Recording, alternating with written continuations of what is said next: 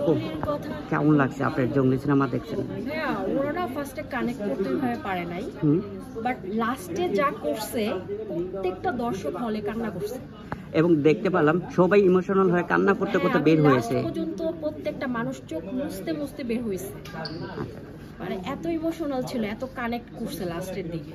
আপনি সিনেমা কি এরকম সিনেমা আরো দেখতে চান কিনা বাংলাদেশে? হ্যাঁ, অবশ্যই আমি দেখতে চাই। স্টোরি বেস ছিল কিনা cinema? Story it's a emotion, একটা চাইল্ডের একটা স্টোরি ছিল, একটা বাচ্চাকে নিয়ে ঘিরে।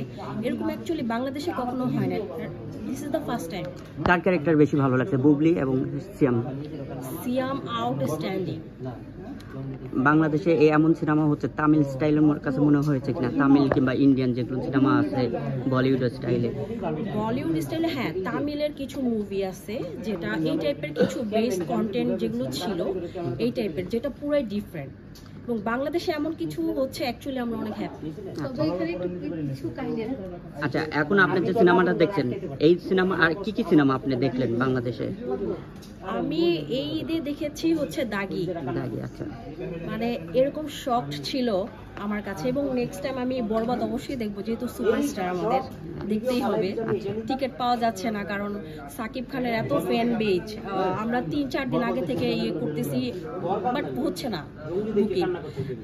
তার জন্য আর কি এগুলো দেখছি। পরবর্তীতে যদি বরবাদ দেখার কোনো সুযোগ হয় অবশ্যই দেখব।